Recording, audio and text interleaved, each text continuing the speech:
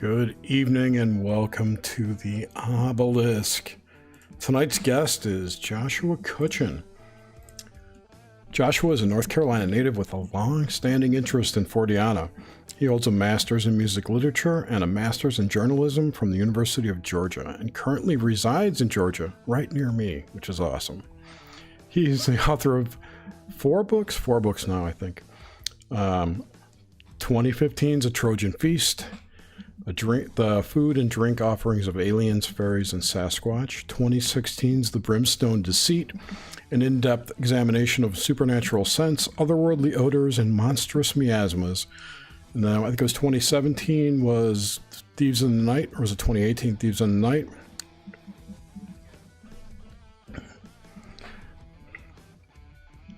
Bastards. And that's all about fairy abductions and similarities to UFO stuff. Josh is also a contributor to Robbie Graham's 2017 collection of ufological essays, UFOs, Reframing the Debate, which is a great book. Everyone should read that. And his latest book, co-authored with Timothy Renner of Strange Familiars, is called Where the Footprints End, High Strangeness and the Bigfoot Phenomenon, Volume 1. It's now available on Amazon. Josh, it's great to have you here.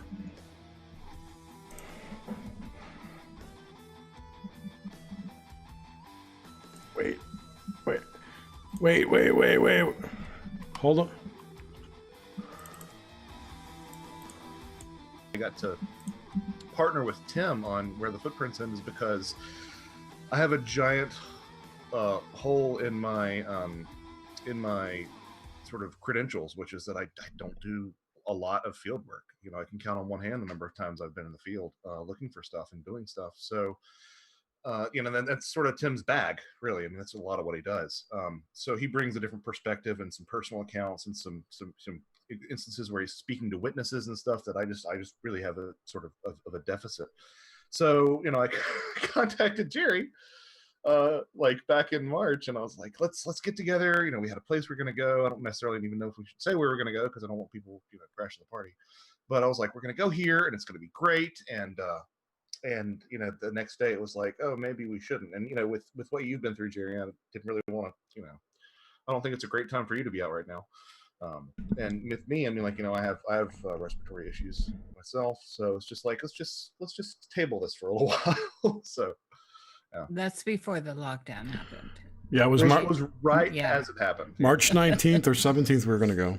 When we were still being seeing what was going to happen before all this unfolded into fuckery. It was fuckery from the start. Yeah, but it's wise to step back and, in the beginning, that was my whole thing. Like, let's just see what it is and not be fools. Yeah.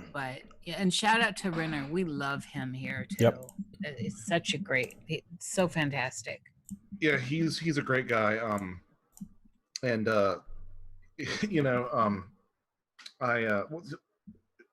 For me, like this whole thing has been like a giant version of Pascal's wager.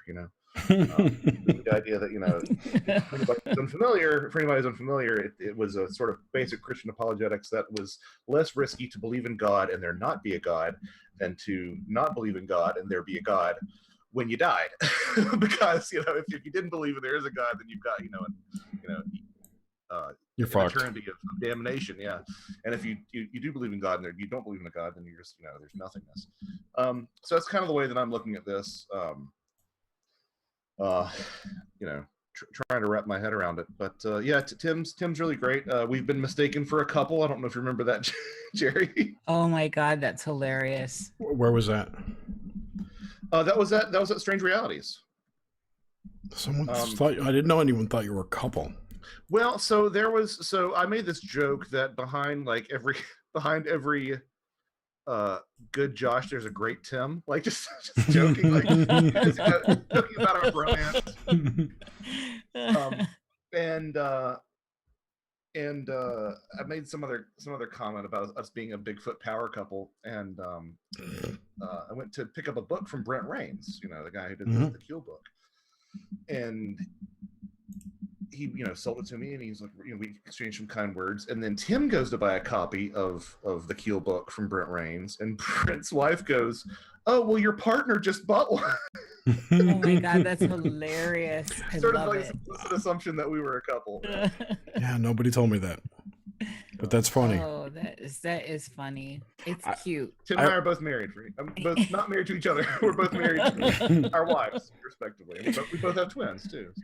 Right, and not that it matters, but it is funny and it's cute. Oh, that's right. You both have twins? Yes, yeah. Are they Isn't that a Gemini? weird Are they sync? Geminis? Mine are Aquarians, right? So, January?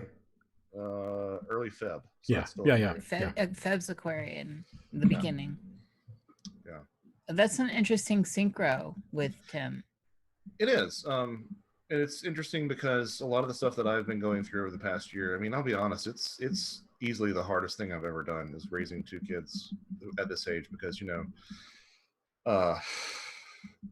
the moment you get one out of something, the other one's into something. And like, you see all these parents who are, bitching and moaning about like, oh, I have a baby and it's the most exhausting thing I've ever done. And it's like, yeah, just multiply it. Like have your base level of commitment be that times two.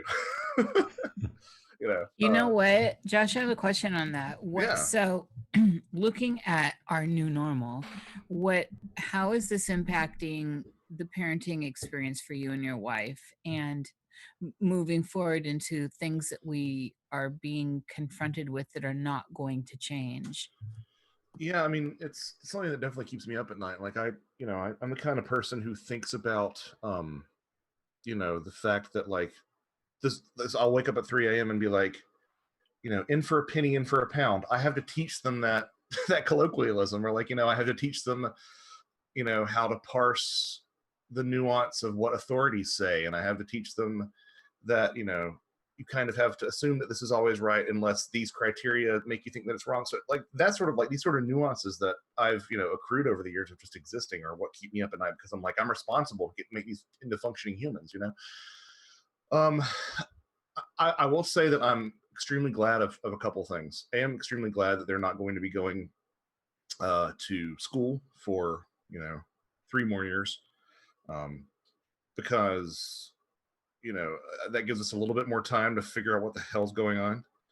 I'll also say that if something like this does happen again, being 2 of them at once is reassuring that they'll get some social interaction that they wouldn't normally. In fact, I'd probably be worried about that if I just had one of them and I wasn't able to have them hang out with other babies right now, play dates and such. So they're socializing each other, which is really good. But yeah, I mean, I'm making it a point to go on walks because the research shows that vitamin D is good for whatever this virus is, and B, it's good exercise, and C, it's nice for them to actually see the world. But there's a lot of things that I wish that I could do with them. I wish I could take them. We just figured out that the library just down the road has a children's story time, and that would be a great thing for me to do. A great thing for us to do with them. But hell no, not going to happen now. I don't know when it's going to happen. You look at some of those pictures of some of the disgusting measures that are being encouraged in schools of, sheets of plastic between everybody and, desks 6 feet apart and 0 interaction between kids. And that to me is actually the most dystopian thing. I mean, those of us who remember the old world can kind of grin and bear it and hope for the best in the future moving forward. But I saw photos today of kids playing in a recess area in their own little squares. Yeah, like farmed, like factory farmed cattle or something. It's just unbelievable. It's a travesty. So I'm obviously concerned about that, but again, I'm glad that we have some time for us to figure this out. I can't imagine having a kid who's just starting school next year, or or not starting school next year. Yeah. I just I'm anxious about it. Like I said, I'm glad that we have some time, but I'm anxious about it. I also can't imagine having a kid who is who is supposed to graduate this year. Or having forked out however much it is for college and only getting like half a year.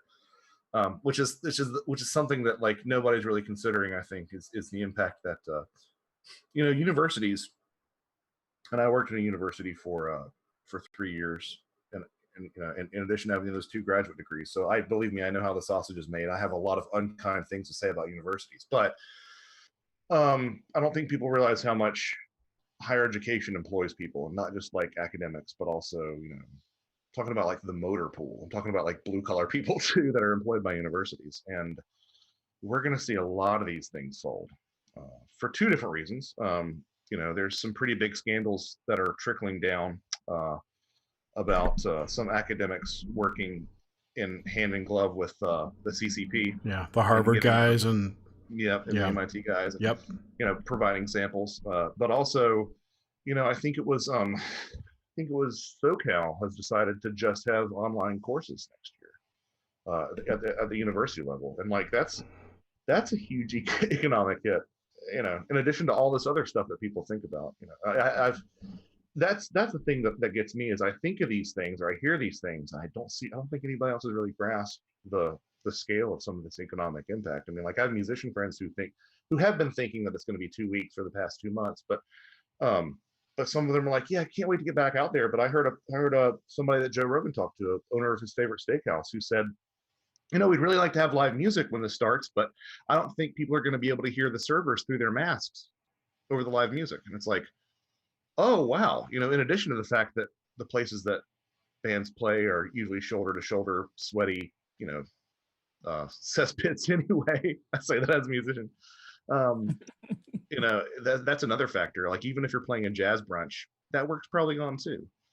And the idea that something that a lot of us got into for the in-person, communal, spontaneous, neural network experience that happens when you play live music, the fact that that's now relegated to the fucking acapella app or something is just sickening. Honestly, if I didn't have, my books, obviously the boys are keeping me busy, but like in terms of a passion project, if I didn't have my writing to keep me occupied right now, and the Bigfoot book and this other project that I'm working on, which we can talk about later, I don't know what I would be doing right now. I'd be stir crazy because the motivation there's a motivation to stay in shape with your music, but there's not a motivation really to be creative, and there's not a motivation for me at least, to like really practice diligently. It's all about just like trying to maintain. So whenever we come out of this in whatever form or fashion it looks like, I'm not, shitting the bed constantly whenever I play. I did a lot of that in the hospital, shit in the bed. Oh Lord. It's the best. Amazing. Yeah. What they're saying, there's all this stuff, and I am not pulling up to this being any kind of new normal. And I just want to say hello to people in chat because I'm actually looking at it tonight. No way. I have it up and my computer's running. It's like a small mirror. The world's changed. Anyway, so yeah, I'm not pulling up to the new normal, this being our new normal. And I'm happy to see that people are looking at this reasonably.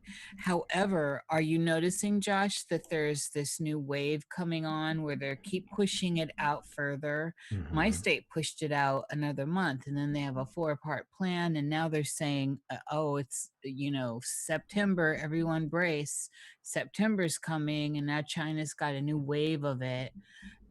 Allegedly.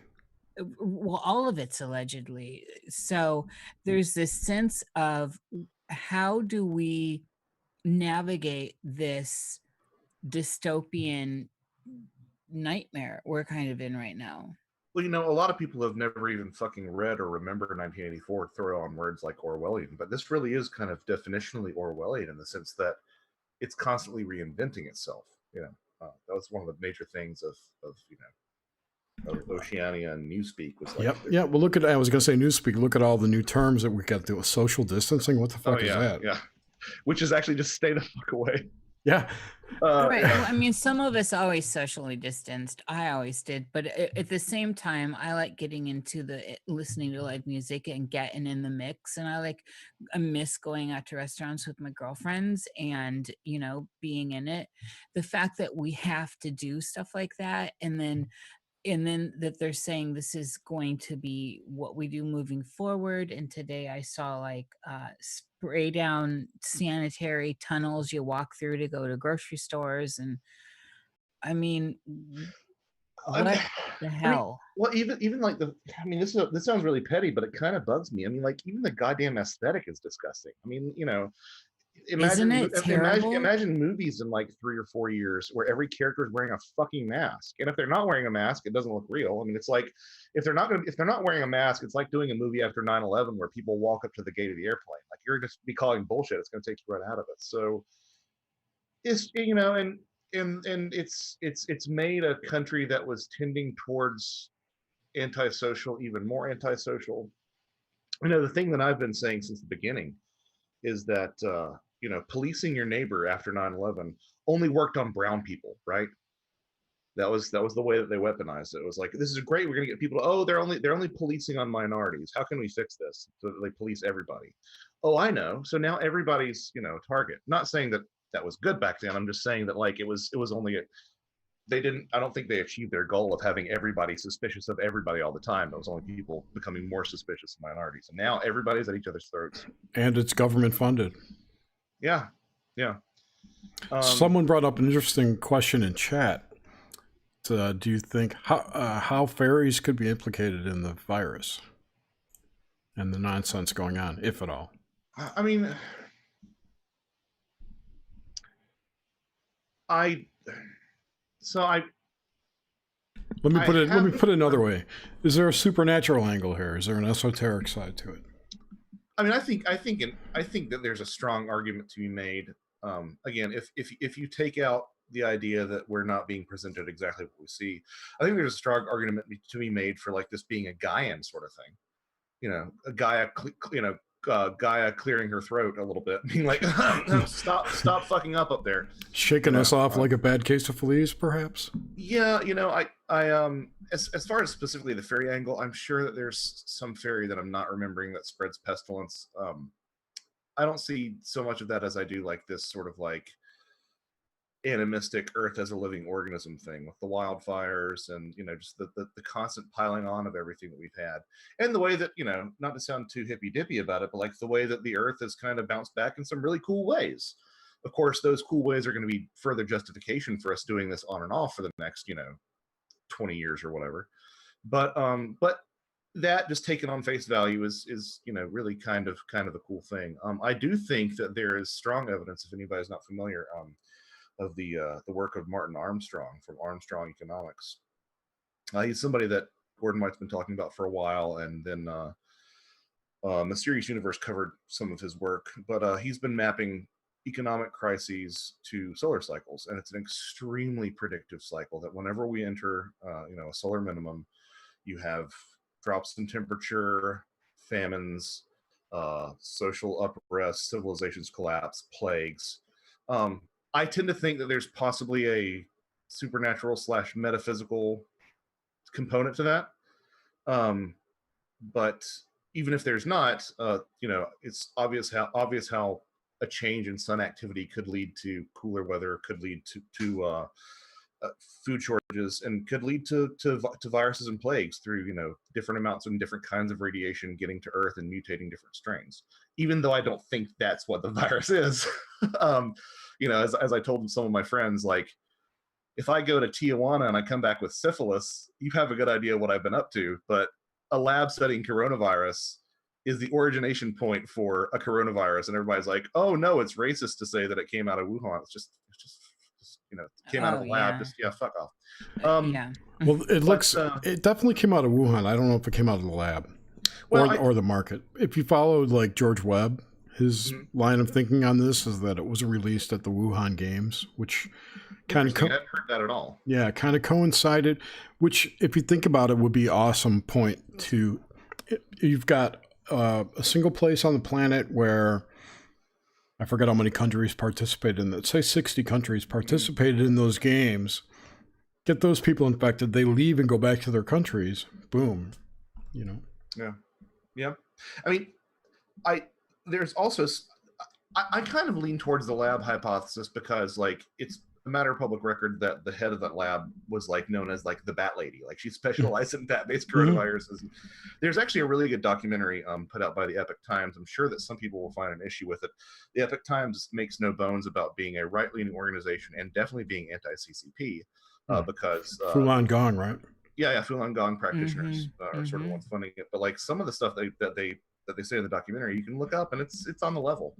But you know, what I find interesting too, from like sort of a more cosmic / paranormal standpoint, is the fact that I'm not an expert in astronomy, but astrology rather, but the star weather, the planetary weather really nailed this. Yes, it did. I was listening to some of the stuff that Austin Coppock was talking about before all this, and he was comparing, like, he had sort of the U.S. lockdown. I realize that the U.S. is not like the center of the world, but like he had the U.S. lockdown kind of pinpointed within like a 1 week period of, he's like, something really bad is going to happen here, and he's like, when I looked at this period and was extending out from that, it really looked like gazing into the eye of Sauron. And he compared it to, you know, just before the start of World War I, which of course lines up perfectly with the Spanish flu epidemic as well. So the I mean, I know that astrology is you know, hindsight is 2020 on that, but it really seemed to have nailed it this time. I don't put a lot of stock in day-to-day horoscopes that you read in the newspaper, but the big stuff, the planetary the planetary alignments generally nail it every time. This stuff, some of us look ahead a couple years in astrology, and I certainly did. And this befell us the week I've been talking about this for 2 years. And I want to also give a shout out to Johnny Patry, who I know was at least talking about this a year ago, happening exactly bang point when it happened. And then I had made a video called The Tilting of Melchizedek in November that was ready to be out in October. And I nailed this stuff 100%. That video nails all of everything we're going through 100%. And then it rolled out. The astronomy and astrological signatures were there. And that said, there's more to come. And a lot of us that look at and do predictive astrological work, and I find that the Vedic stuff is a little bit more accurate, is it's uncanny. You can almost set your clock by it, truly. And so that's what had me nervous, in a way of, is it really this bad? When you go back and you start looking at when these alignments happen, what happened last time that alignment happened and the time before, and you start seeing these patterns that happen and unfold. And that's what has me a little bit alarmed as we move further into this year. And now we're getting ready to go into another 3 eclipses, you know, and some hard stuff. But I wanted to, Josh, I was curious. I think it's totally a bioweapon, 100%, no issue there. I am using that provocative language.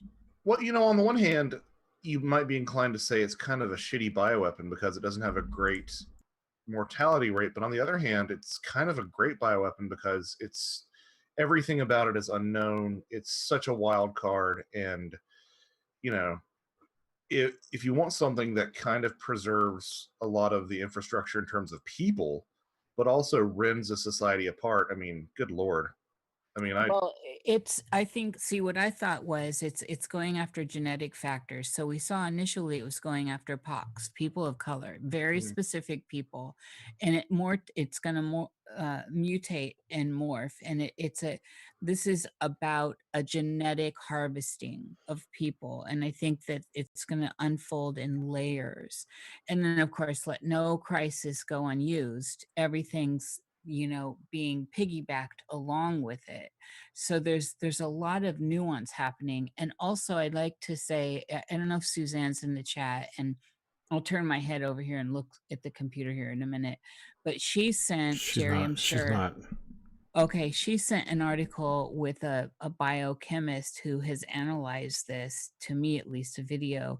And this woman is the real deal. Like so many others that have looked at this virus, if you can call it that, actually, and deconstructed it, and is saying kind of the same things that these other credible scientists that are not being funded by the usual suspects, and also saying this was created, this is lab grown, and she just sent this to me today, so hopefully she can ping Jerry or something behind the scenes somewhere. There was a study out early from South China University, I believe. 2 researchers came out and said there's markers, CRISPR markers in this virus. There's AIDS, similar things to AIDS, similar proteins.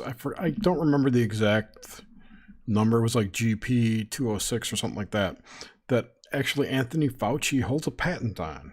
Mm-hmm. Were identified in this virus. It's like Dr. Faust. Fausty. Interesting. Well, there was a Newsweek article about funds that were allocated for our bioweapons research that wound up in the Wuhan lab, and A coincidence, right? Of course. And that's the thing, you bring these things up to these people because somehow this has gotten politicized. It boggles my fucking mind that somehow it's gotten politicized, as if by design. But you bring up these like outliers, and like people just don't even want to hear it or entertain it. Like I use my Tijuana analogy about getting syphilis in Tijuana, and like I had friends who were like, just don't. I'm like, I'm just saying that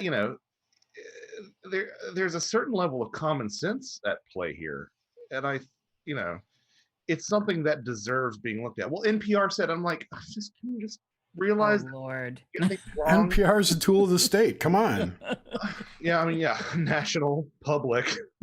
But I mean, it's this idea, and you'd think that like with this constant stream of contradictory information that we've been getting, people would have learned this by now. But your interesting of True Basket needs to be fucking ginormous right now, and it needs to include stuff like this being deliberate, this being an act of war, this coming from a wet market, this coming from a lab. There's nothing about this is still settled. Still nothing is settled, except the fact that I do think that something very real is going on, and I think that it has a higher mortality rate than the flu. Yeah, it's just more unusual. I think I think this genetic, I think there's just something gigantic behind this with genetic factoring in it. And also when we're starting to look at, this is, I think, one of the silver linings here, if there could be one. The world goes on lockdown over something like this, where the numbers don't show that the world should go on lockdown, in essence, right? Like if there are people, allegedly dropping, but for the world to just shut down and all of a sudden militarize and big rules and the boot to the face and all that has a lot of people that were just normally running their lives and getting on and enjoying their lives going, what the fuck, right? There's a lot of that happening. And whether or not they want to pull up to the fact that it's lab created or this or that, there is there are more people now questioning, what's this about? This seems not logical. I want to I want to echo what Thomas Sheridan's been saying. This is the greatest education we'll ever get in our lives of what's happening right now.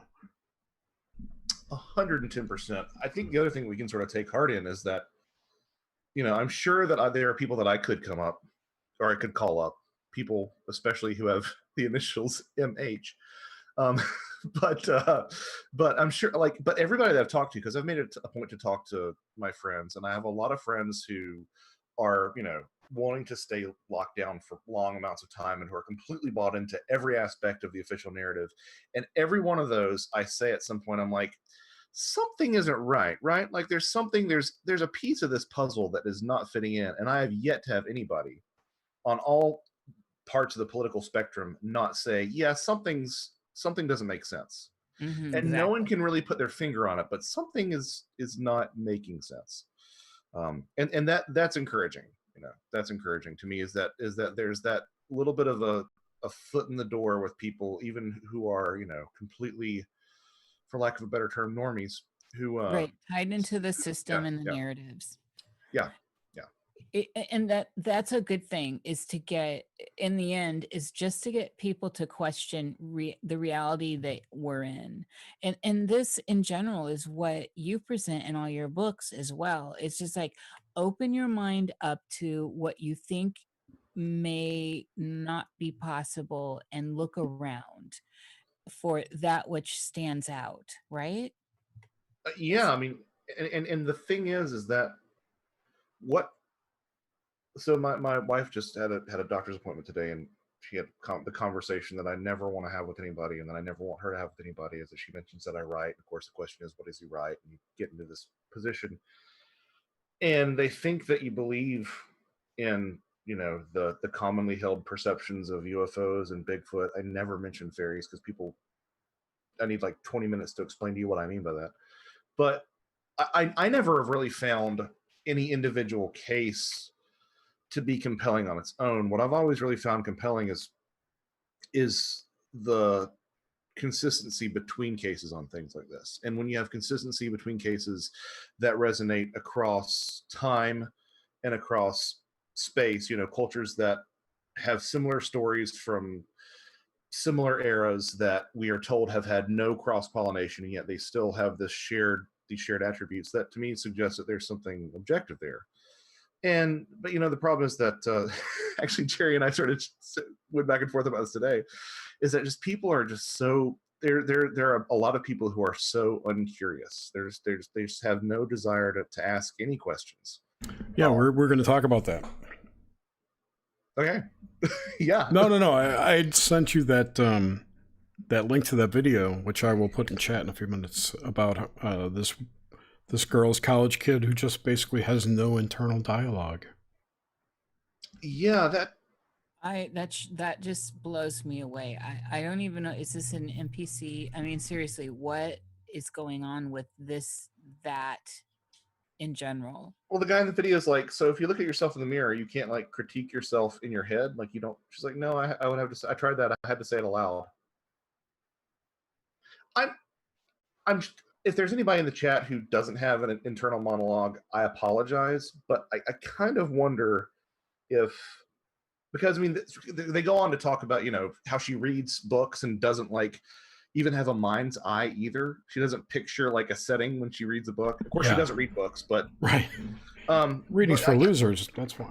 Well, I kind of wonder, because there was a linked video to that as well, where it's a guy and his girlfriend, and she said that she doesn't read fiction because she can't do that. She just reads nonfiction, so she has like but yes, she has a frame of reference. But like, I kind of wonder, has anybody done any studies on the correlation between, you know, some sort of active imagination and intelligence?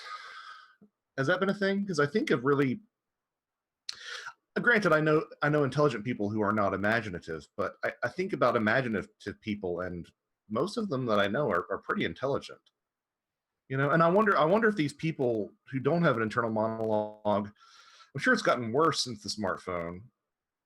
I'm sure it was better during the era of TV, but I wonder if you went back to the pre-TV era, when you were dealing with radio and theater of the mind and books for entertainment, for stimulation.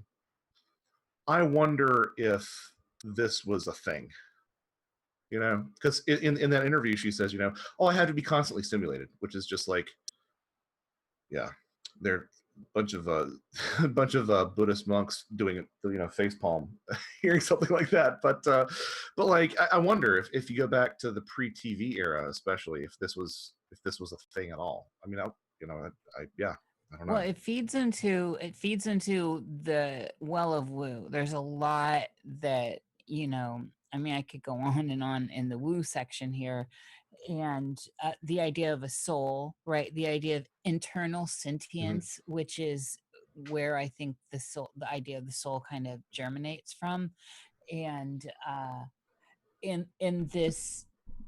So there's, within sci-fi or fiction writing, great fiction writing that we know, some of the classics, there is that whole idea of humans from the future that have to jump back and find where things went wrong because we go extinct over things like this, over losing our souls through technology, where we actually extinct ourselves. And are we at the beginning of that crest? And I start didn't that wondering. happen to Atlantis?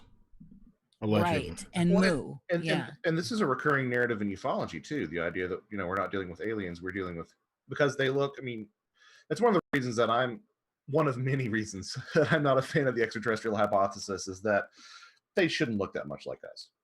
If you're dealing with completely separate evolution, they really shouldn't look that much like us. Now, if they are somehow deeply tied to us and to our spiritual nature, a la something like fairies, like psychopomps, then that makes sense that there would be some sort of roughly human form. But anyway, so that's definitely a recurring theme that you hear. I think maybe it's Nigel Kerner.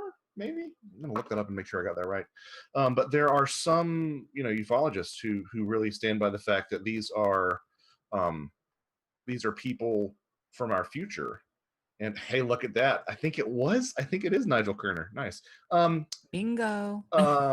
Who have come back in time because they can't reproduce, and they've there's been a catastrophe and they've atrophied. They've spent all this time developing their brains and not taking care of their bodies, and now they can't reproduce. So that's why they're coming back to harvest sperm and egg and to mate with us. I like the narrative that they went underground to avoid some kind of natural disaster on the surface and just stayed there and lost the ability to reproduce in the future.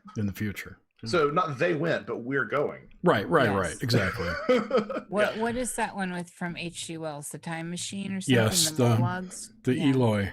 Yeah. The Eloi, yes. More Eloi and the Morlocks. And the Morlocks, which are very close to Moloch, by the way. Yeah.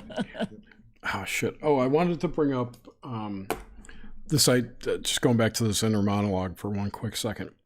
One of the thoughts I had about it when I first heard that was that people who are like that don't have a connection to their quote unquote higher self internally.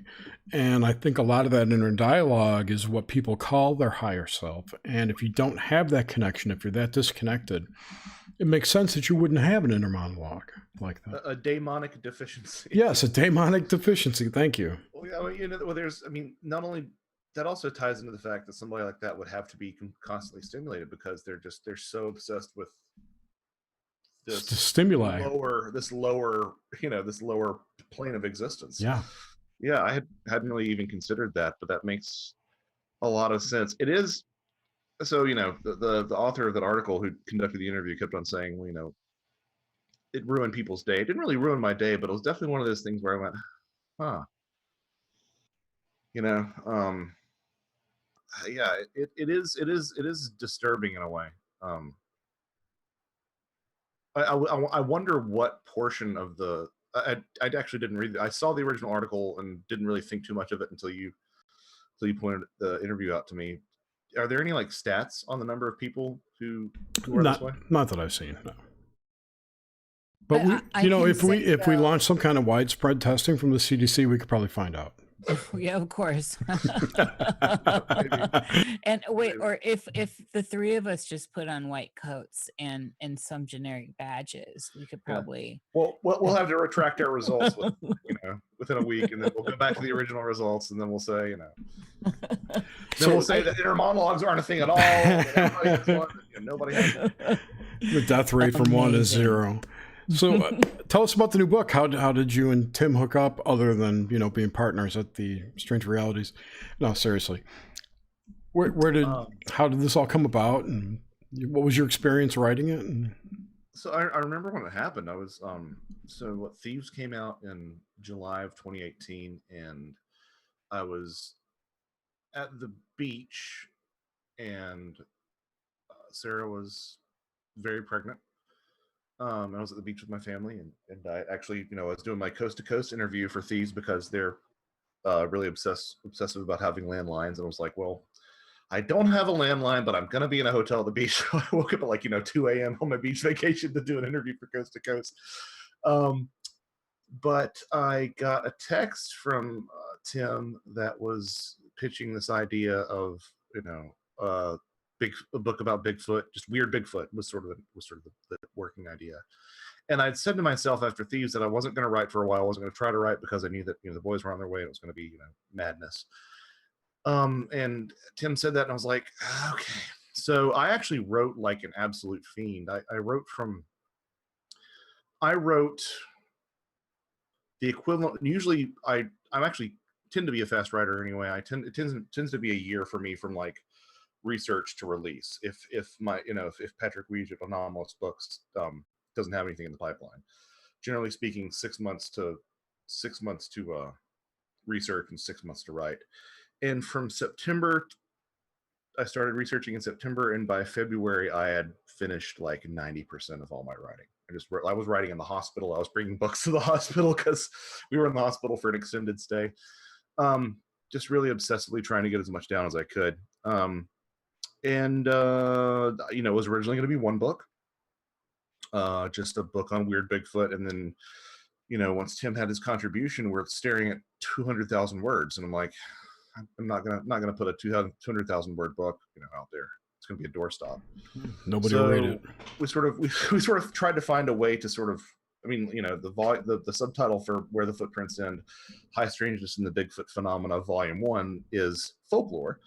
That's sort of an arbitrary separation because Volume 2 is entitled Evidence. Well, there's plenty of evidence in the folklore chapter, and plenty of evidence in the folklore volume, and plenty of folklore in the evidence volume, but that's sort of the arbitrary place where we cut it in half. I'm really excited about it. This has been our first, my first self-published book. Tim is a self-published book guy. I'm excited about a lot of it.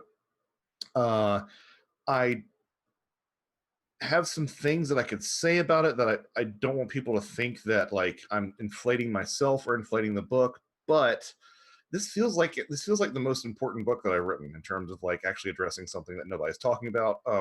It's definitely the first book that I've written that I think is going to piss a bunch of people off, because there are some really people who are strongly invested, like even more strongly invested than people who are into the extraterrestrial hypothesis and ufology, like people who are strongly invested to an emotional degree that in the idea that Bigfoot is a flesh and blood primate. And I get it, because I think we all start off there. Like Bobo. He actually has changed quite a bit. Oh. He had an anomalous light sighting that he talked about. I just talked to him in October or September. Oh, really? Yeah. There's a documentary, I can't remember what it's called, on Amazon Prime, and he's talking about seeing this weird light phenomenon in conjunction with Bigfoot. That really, really surprised me. Cool. So I don't know if he's just not talking about that anywhere else, or he was not being completely forthcoming on the interview, or what. But do you remember? I'm sorry. Go ahead. No, I was just gonna say we were sort of getting grief.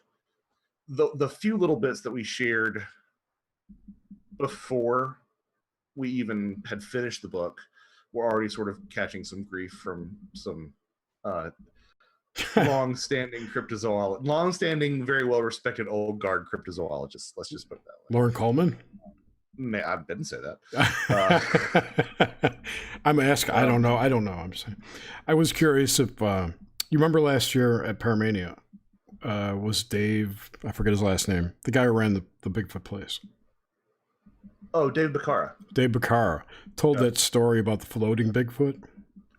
Yeah. That's what really changed my viewpoint on things. I was expecting to go in there and give my presentation. Anybody who doesn't know, Paramania is like, it's an unconference that happens, was happening every year. God knows what's going to happen now. But since 2016 has been going on, we obviously canceled this year. But it's just a group of it's sort of my inner circle of people. Me and Tim Banal, Jerry, Greg Bishop. First year we had Micah Hanks come out. It's sort of a rotating roster every time. Walter Bosley was at it 1 year. It's just sort of who's ever in the area, and we call it an unconference because it's basically like, most conferences are like all day lectures and then a little bit of hang, and this is like two and a half days of hang, and then like, oh yeah, lectures at the end for the last half of the day. And last year we did it in the Roswell, Georgia area, which is like right. It's even closer to Jerry than I am now. And we all went up to Cherry Log, Georgia, which is basically Blue Ridge, where there's an excellent museum called Expedition Bigfoot. It has a lot of great casts, a lot of great. It's just really well put together. It's presented very well, presented very somberly, and it's not one of those things where it's like the people who are there and involved know their Bigfoot stuff. Like, Sibylla Irwin was actually on staff for a while, and she's one of the on staff sketch artists for the BFRO. So these people know their stuff. They have guest lecturers come in anyway. So having said that, there's nothing in that museum about paranormal Bigfoot. And I gave my presentation on sort of some of the preliminary stuff that we were working on with Where the Footprints in, and I was thinking I was going to get eviscerated, but the owner of the museum turned out to be very sympathetic to the idea that Bigfoot is not, just a monkey, if he's a monkey at all. And he's gotten more he has gotten a lot more vocal about that on Facebook since last year. Good. He's talking about, these sort of odder, more peculiar sightings that exist. Yeah, he seemed kind of starting to become at odds with the BFRO. And he even told us that there was a division in the BFRO, much like there is in the ufology community between the ETH and anti-ETH people. But again, I think it's worse. I mean, I think that there's a level of weirdness that on its fundamental level is baked into ufology that cryptozoology has tried to shove out for the longest time. I mean, you look at the people that we would kind of consider the old guard of ufology now, and I would put Valet in there, and Valet's never shied away from the weirdness. He's embraced it. But he's hard CIA to find, though, isn't he? I'm kidding. I'm half kidding. He has troll Jerry. He has connections that I am sure we'll never even know about. He kind of reminds me of my uncle in the fact that, like, half the things you hear are probably not true, and that you think are true, and half the things you think are true are not true. But not about his research or but about like his connections and who he's talked to and what's happened. He's kind of a private guy in that regard. But there aren't a lot of prominent cryptozoologists who are banging the drum of weird Bigfoot, and even those who do are trying to like shove it into this materialist quantum physics bullshit that I have a huge problem with quantum physics because I see it as sort of a revised version of how many angels can dance on the head of a pin. Like it has it has no bearing on our reality, and it's a whole bunch of it's a mathematical construct. Yeah. But what Bigfoot has not done definitely is it's not had, and so let me preface this. I'm not saying this is the equivalent of the book, even though Greg Newkirk in his quote on the back said it was. I'm not saying this is the equivalent of that book. I'm not saying that either of us are Valet, but Bigfoot has never had its passport to Magonia moment. And what I mean by that is Valet said, look at this. Here's some UFO sightings with some stuff we can't explain. Look at this. Here's an entire body of mythology and folklore, in particular, the fairy folklore of Western Europe. And look at how much of this, lines up. And Bigfoot, nobody's ever really done that with Bigfoot. Certainly not with European folklore. I mean, they've sort of looked at, they've treated, Native Americans as like this monolithic culture. And they've said basically things like, well, they say it's a spirit, but it's not really, it's still a monkey. Nobody's ever really tried to approach folklore on its own terms. Nobody's ever really overlaid Bigfoot with the wild man archetype of Europe. And, Jerry, I just realized I didn't send you a PDF, did I? Oh, you got a book. I bought it. Yeah, I bought actually 2 copies because next time I see you're going to sign one, I'm going to give it away. Awesome. Yeah, be happy to. But yeah, nobody's really ever done that overlay, and you can take that even further and look at Bigfoot through the lens of fairies, Bigfoot through the lens of witches, Bigfoot through the lens of ghost folklore, Bigfoot through the lens of ritual magic. And this trend sort of continues. So that's why Volume 1 is folklore. Volume 2, let me bring up my list of Volume 2 here. Volume 2. Can I chime in here? Sure. So, and I saw it because I'm able to look at the chat and I saw the question. And I think when you were on Next Wednesday, we talked about this. I did not was not a Bigfoot person. I had a real Bigfoot encounter out in the very remotes of Mount Hood when I was camping out there one summer. But That it was was so long ago. Did we talk about that? I don't even remember that. yes, we did. And it was, well, it was life-changing for me because first of all, I didn't believe in Bigfoot. I never thought about Bigfoot. Bigfoot's not on my radar. And I honestly, I want to reiterate that I didn't believe in Bigfoot. And secondly, it was one of those crazy dual encounters. So the person I was with encountered it like psychically in his ear. It growled and like, but I physically saw something.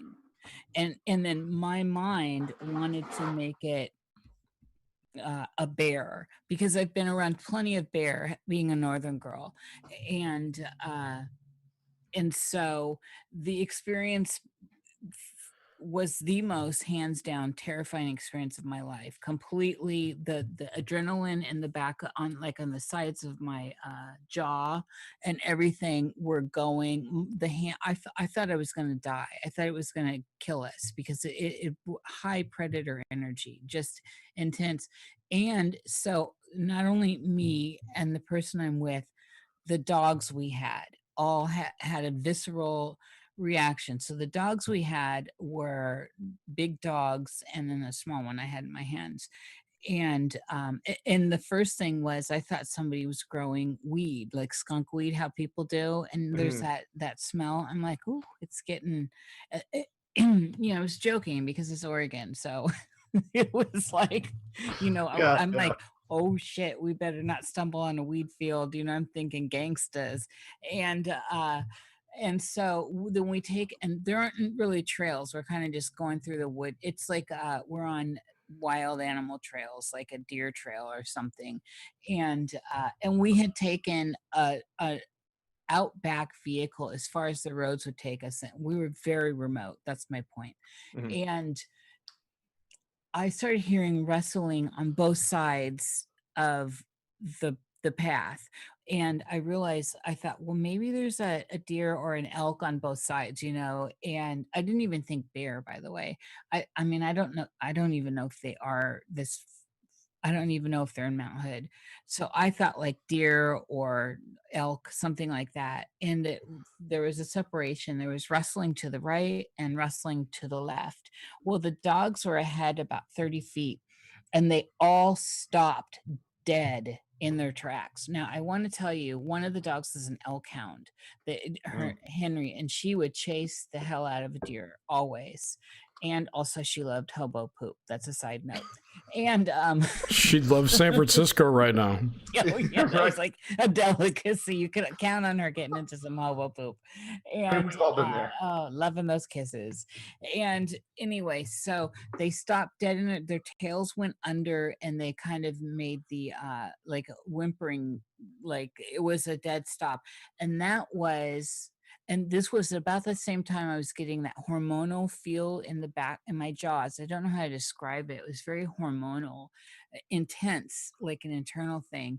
And I see this thing. Now, granted, it wasn't clear, but I see this thing stand. You mean it wasn't clear like it was like blurry, or it wasn't clear in terms of like you didn't have a clear view of what it was? I didn't have a full-on clear view of it. Okay. So I can't tell you if it was completely, like if it was solid or anything. It appeared to be, but it stood up on, it was crouched down next to a big evergreen, and it stood up on its back feet, and it was gigantic. And it had the grizzly bear colorings, so black and brown, right? Yeah. And it had that conical head. I didn't know that the conical head was a Bigfoot thing. That's how not into Bigfoot I am. Well, and also, I mean, like Mount Hood. I mean, it's like the epicenter of a lot of this fuckery. Yeah, I mean, it's and especially for Bigfoot stuff specifically. I mean, that's the number of cases that come out of that area is just. Well, I found that out later. Right. Well, because I can round to that. I didn't know that these sounds were also notorious with the Bigfoot that I'd been hearing. I was calling them the strange owl. Because anyway, the 500-pound owl, yeah. I mean, I'm like, well, that's a strange owl. What kind of noise is that? And and so I saw it stand up, and it had very long arms, and I'm a trained painter, and portraits and figures were my specialty. And so it just this it just wasn't right. And my mind was trying to, and this is another thing that was just so odd about this experience. My mind was trying to grapple on registering what it was. I'm like, it's a bear, it's a bear, it's a bear. But the legs, and then it sidestepped. Well, at this same time, and the dogs, I'll have them very fast, Josh. And the dogs, and so the person I'm with who's very straight laced, or was at that time at least, very, very, I wouldn't say like very straight laced, but Bigfoot again, not on his agenda. And I was probably the wildest thing going for him as a witch. And he heard something in his head, a growl. It was very visceral in his head. And you didn't hear a growl. I did not hear the growl. And if it would have just been me saying, oh, there's something there, then we would have continued on, because he just thought I was crazy. And like, I'm sure he thought I was anyway. But so there was a combination of these things, the dogs, me seeing something, and then when he heard the growl in his head, we immediately, like about face, got back to back and backed out, got the dogs out. It was that threatening. Well, that's like 3-4-way verification. It wasn't just you, it wasn't just him, it wasn't just one dog, it wasn't just two dogs, it was all 4 of you. It was everything. But at this point, I'm still going, do you think that was a bear? Was that a bear? Well, I mean, does this happen? Like, we're trying, once we got out, because it was scary, it was like back to back, walk out slowly, because it kind of came towards us a little. It sidestepped, like I said. And so it shook me up, and I was done. I never want to go out there again. And I'm a nature girl. I never want to go out there again. I was scared for my life, and I don't want to go out that way. And what's interesting is that you were like entertaining the idea that it could be a bear, but you still had the fear. It's almost like your subconscious knew something that your conscious mind didn't know. Yeah, I wanted to make it a bear, because that's what I know. That's what I experience. I've been around, but I couldn't turn that head into a bear head. I could certainly turn if you take the arms off and the head off, I could turn the rest of the figure into a bear, but it had long arms, like long. They came down to like mid, like almost to the knees. And yeah, that's not a bear. Oh no! When I got the sense, when I sat down and I really thought about it, I was like, oh. And then I had been and just to wrap this up, we were out there for 3 months, and staying in an RV and all this, and it was really a great summer, and or somewhere around that time. I don't know the timing. It was summertime, but I don't know how long exactly we were there. But I was going to this local cafe, and this is before the sighting. I said to these people, there's a strange owl that hoots at night, and I kind of mimic the hoot. I'm like, I'm an owl person. They always follow me. Owls are like my thing. And so the person serving me then's like, oh, interesting, we have lots of owls around here. The next day when I go in, I said I had this experience. Nice. And I said, what is this related to the sound, and are there bear around here? And they were so nonchalant, Josh. They're like, oh no, that's a Sasquatch. It was that kind of thing. And I reported it. I've heard tell that, like, in certain parts of that Pacific Northwest area, that it's not even a controversial thing to say. It's Sasquatch. Yeah, that's up by Zigzag, by the way. It's funny. I don't think that this book could have been written before now, as much as I'm complaining about the old guard, because there's some stuff that like just wasn't readily available. Like back when you had that sighting, the number of Bigfoot books that talked about Bigfoot hooting, I would think is pretty low. I mean, granted, there were hints there all the time. Like you can look back to newspaper articles from 1895 that say talk about Bigfoot hooting, or making imitating birds and such, but it wasn't like part of like the Sasquatch canon like it is now. And like specifically not hooting like a chimp, like hooting and sounding like an owl, a giant owl. Totally an owl. That was what I thought. You know, And I this might. sidestepped. I'm seeing comments in the it's nice to see the chat for once. It was not a bear. I've been around bears many times, up close, black bears and grizzlies. It was not a bear. It's sidestepped. And I've seen bears walk, and they do phenomenal things, and they don't have heads like this, they don't have arms like this, and they don't and its sidestep was so wide, Josh, from one tree, so it was mirroring a tree, one tree to the next. Well, you know, we talk about, like, that's a common skeptical thing, is that like, oh, it was a bear, but like we're used to seeing bears like who are trained walking on 2 feet. And granted, there's some really interesting videos out there that are really freaky. Of like, have you seen the video of the 3-legged bear? That whose I have primary not. It's a video of a 3-legged bear in the wild whose primary mode of locomotion is walking on 2 legs, and it looks very Bigfoot like. But the fact of the matter is that like bears don't like to walk on 2 legs. Like they usually rear up to look around, and they might take a couple of steps, but like they don't like walk distances, you know, especially in like a heavily wooded forest. It's just not. I would say it's not a super strong behavior. So I mean, it totally, yeah. It sounds exactly like what it was, like what you think it was. I'm kind of inclined to throw that into my chapter about mind speak in volume 2, because I don't think I've ever heard of. You hear about mind speak, and it's like Bigfoot talk to me in my head, but you don't really hear about like somebody getting a growl in their head. Yeah, it was a growl. Oh, I gladly hook you up with him. And he's like salt of the earth type. So it was a new experience. We interviewed, sorry. And I just want to reiterate, it's sidestep. So I've seen bears do a lot of things. It had longer legs than those little short. When bears stand up, their legs are short. It had more like, it had a basically, it was human-esque, but it was just gigantic. And it had, you know, because it was all fur, and it was basically black and brown tipped. Just stuff a painter, I noticed, just like proportions. As a figure painter, I noticed. So that sort of cinnamon bear color with black and brown tips. Yeah, it was like, you know, black and like ginger or something, you know, like a grizzly. Like frosted tips. Yes. Got that two-tone Darling. That bear got its hair did. It did have it. And his hair did. So, and it was growing marijuana. Sounds like a fun-ass bear. It's so Oregon. Yeah. We interviewed a woman last year who channels various collectives, and one of the collectives she channeled was a Bigfoot collective. And that was really interesting. Oh, that's right, Jerry. Who was that? Jessica Morocco. Oh, and I love her. Yeah, interesting. I don't even know what to do with stuff like that, because you know, because I mean, like, I kind of have problems with.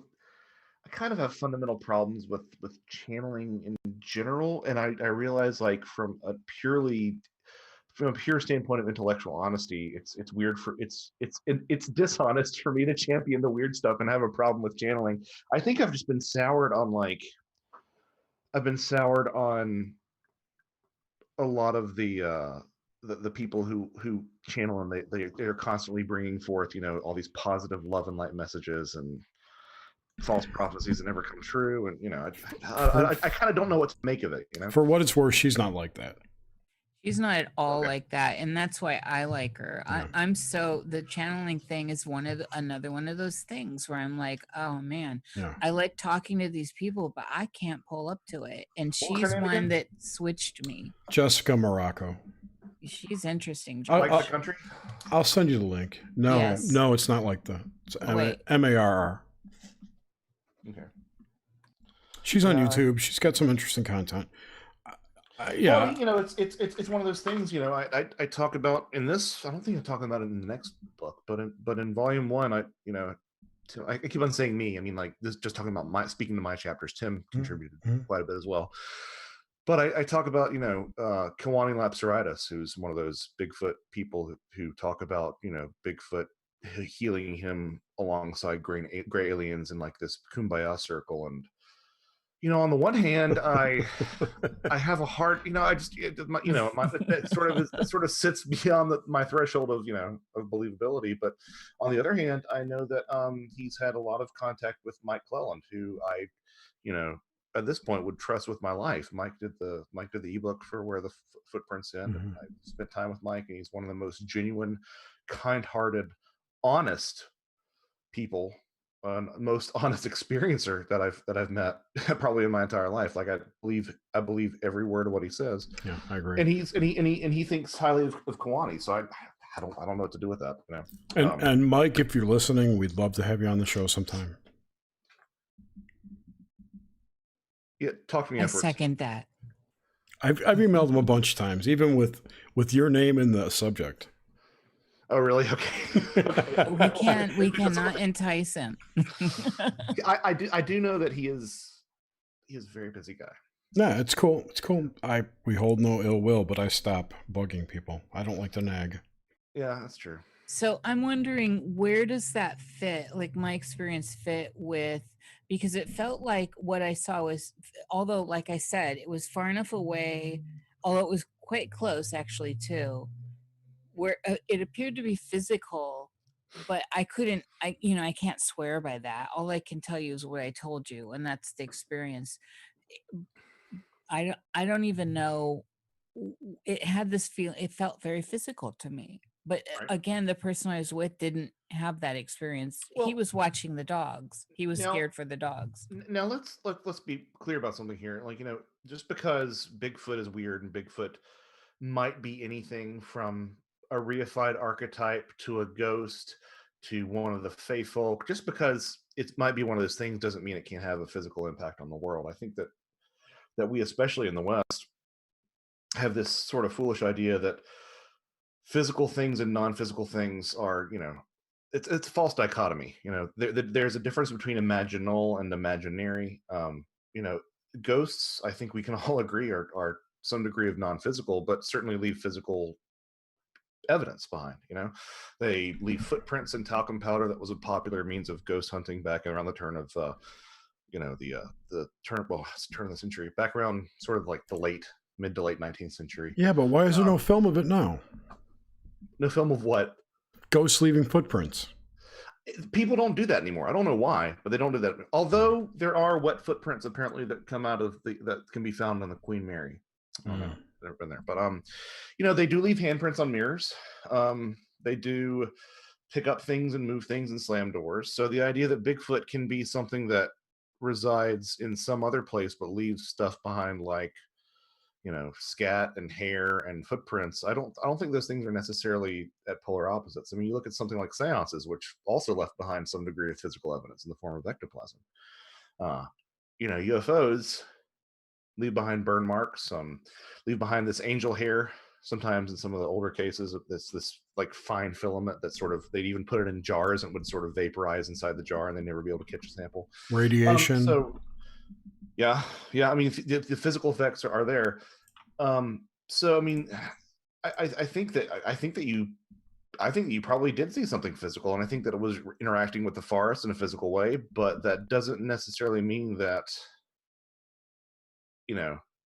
by the time you were out of the forest, it doesn't mean that it was still, tramping around. It could have, people throw around things like interdimensional as if that really means anything. See my earlier comment about quantum physics and whatnot.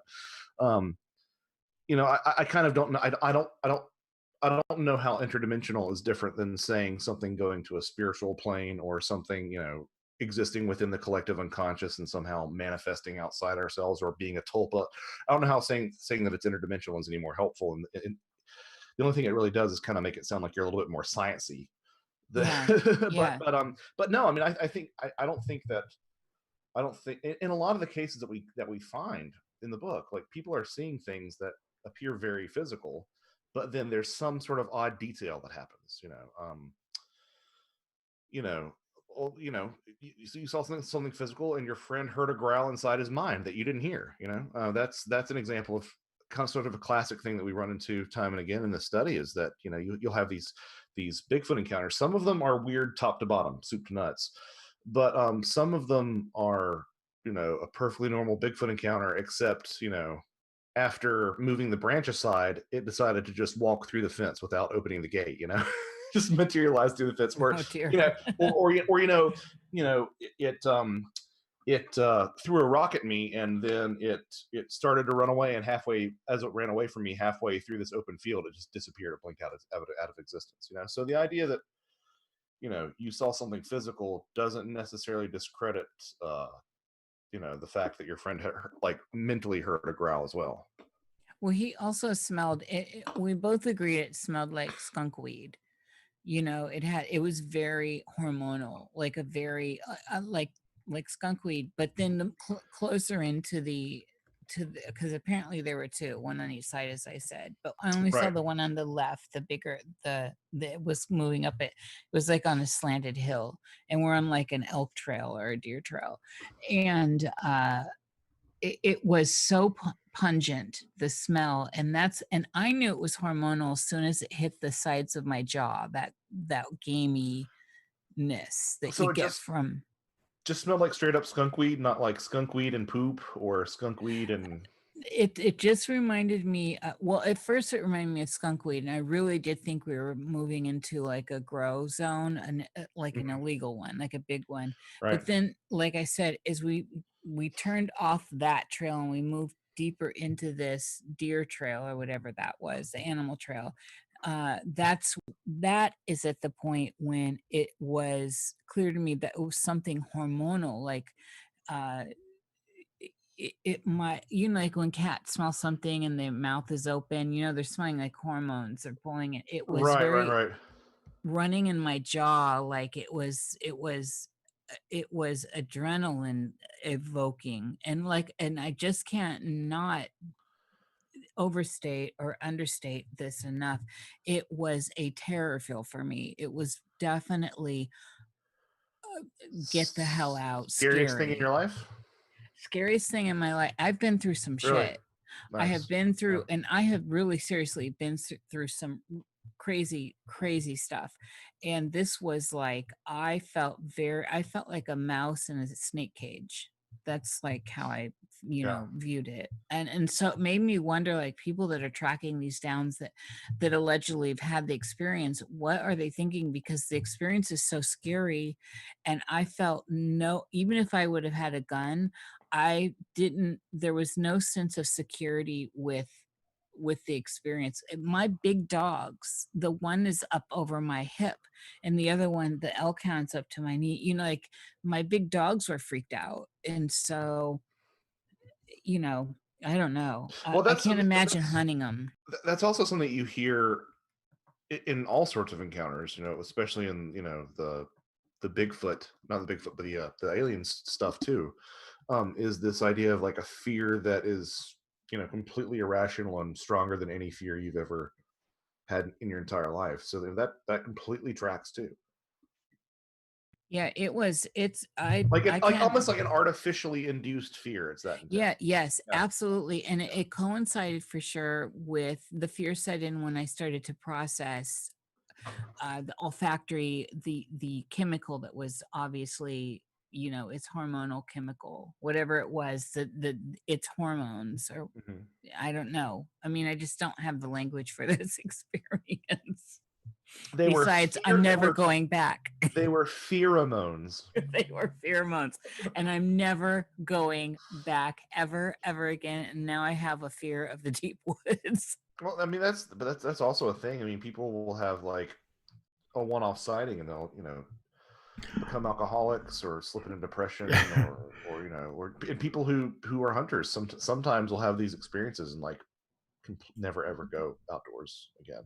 I love outdoors, and I go to the forest every week, but I don't go off to the deep. Well, before we got locked down, I go out, but I don't get off of the beaten path now. Even though I want land again off the beaten path, I'm going to make sure I sense it.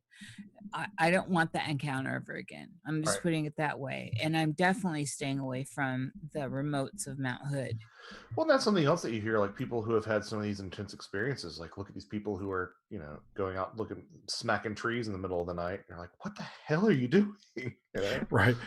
I was going to say, I still don't go in the ocean since I saw Jaws. Really? Really. Well, I mean, there are a lot of reasons to not go in the ocean. But I know. That's, Yeah, I know. that's my number one, though. Jerry is so cute.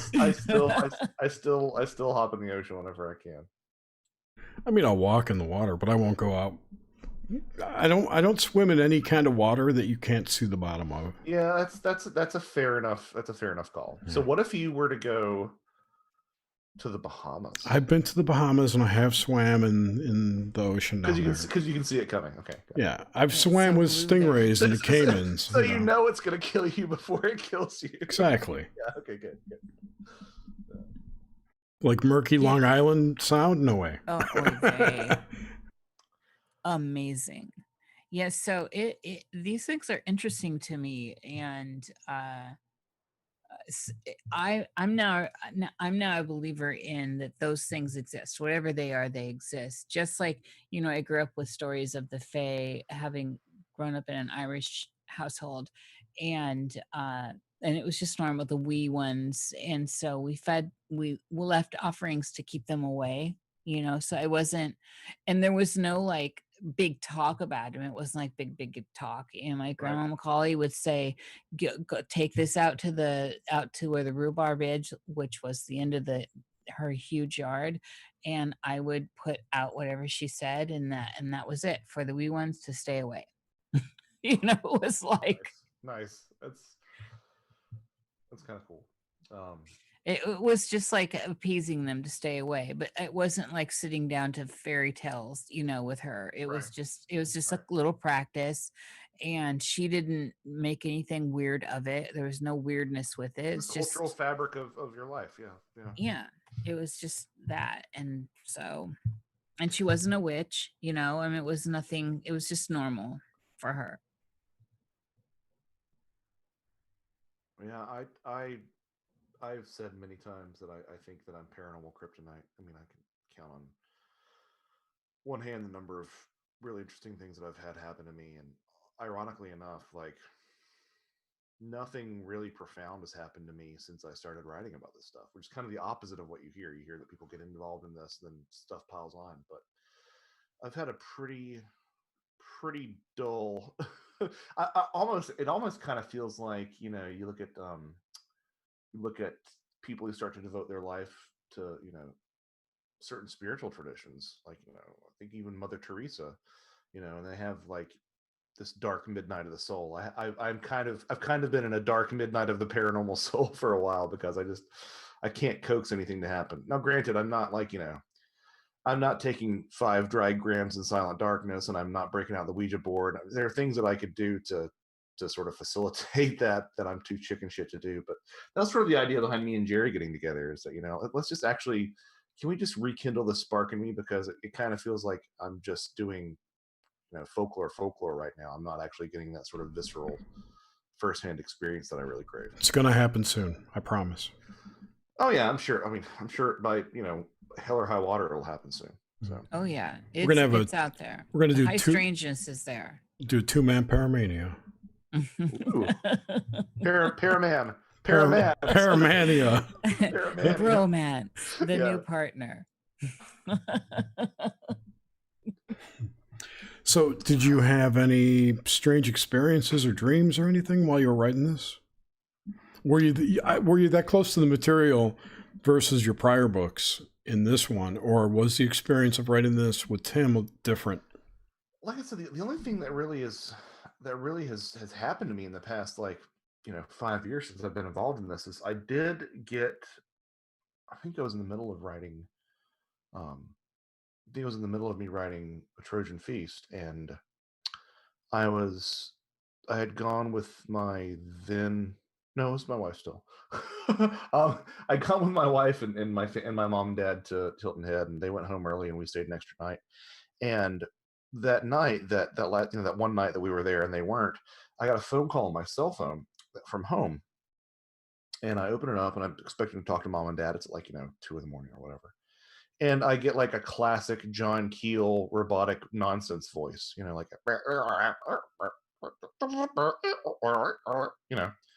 not like a modem dial-up tone, just like a weird like speak and spell kind of voice that was just saying like gobbledygook.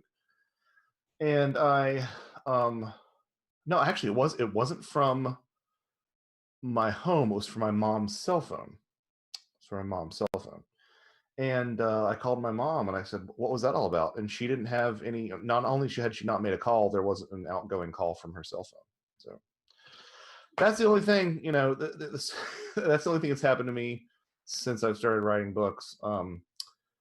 Even I went out to Site 7 with Tim, and it was kind of dead. There was like a maybe moment that we had, and that's about it. We did get there. We did pull up, and we got out of the car, and within about 30 seconds of getting out of the car, we heard this big huff, which could have been a whitetail. I mean, I've listened to whitetails afterwards, and it could have been a whitetail. But then we definitely heard something go like moseying away through the leaves, and it kind of sounded bipedal. But I'm never. I know that there's a cadence to something that walks on 4 feet that something walking on 2 feet doesn't have, but at the same time, that's never really ever been a compelling, because I feel like that could be easy to sort of mess up. So, yeah, nothing with me. Tim's master of the synchronicity and master of the weirdness. I think he stole all my mojo during this book. He's sapping it from me. Yeah, or his flannel man scared Bigfoot away. Yeah, yeah, something like that. Which is funny. Like you'd think that. I mean, where we live, you don't really think about it being North Georgia until you look at a map of Georgia and you're like, oh no, we're North Georgia. You can be to something that is kind of. I mean, you're in Canton, you're basically in the mountains already. Cherokee. Yeah, exactly. I'm sorry, I didn't know if you'd ever said where you. Do people know where you? Okay. I don't care. I live in Canton. Jerry said it before a few times. Okay. Cherokee County. Yeah. So you're just up there. I mean, there's Bigfoot sightings in Cherokee County. There's Bigfoot absolutely. sightings in your town. Absolutely. And that's one of the things Dave Baraka told me. David Bacara. Bacara. Sorry. So you're getting it mixed up with Chris Barakman. No, I'm getting it mixed up with a restaurant I used to go to in Chicago called Baracos, but. Oh, okay. Nice. Okay. There's always another option here.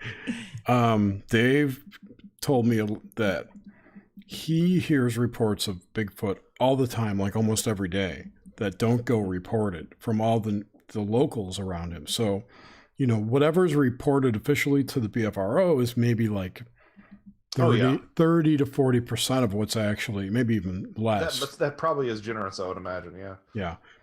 Of what's actually seen out there or what's reported, because people don't want to be associated with, oh, I saw a Bigfoot. They don't want their name recorded. They just want to tell somebody. Right. And I find those stories more credible, to be honest. Oh, 100%. Yeah. 100%. So, yeah, sorry, go ahead. No, finish your thought. I want to know I want to hear some interesting stories from the book, some anecdotes. Yeah, no, I remember like there were many times when I would go out on the road between where I used to live and where you live now, and just drive to the places where in some of those BFR reports and be like, just show me something, but it's drive out to some of the spots. There are a couple of spots on that. I can't remember what it starts out as House Road and then it turns into whatever on the way out to you. But you keep on going that way. 140. It's 140. Yeah, there's some right off there, but yeah. Nothing happened for me. And of course, it is getting more. You don't need to have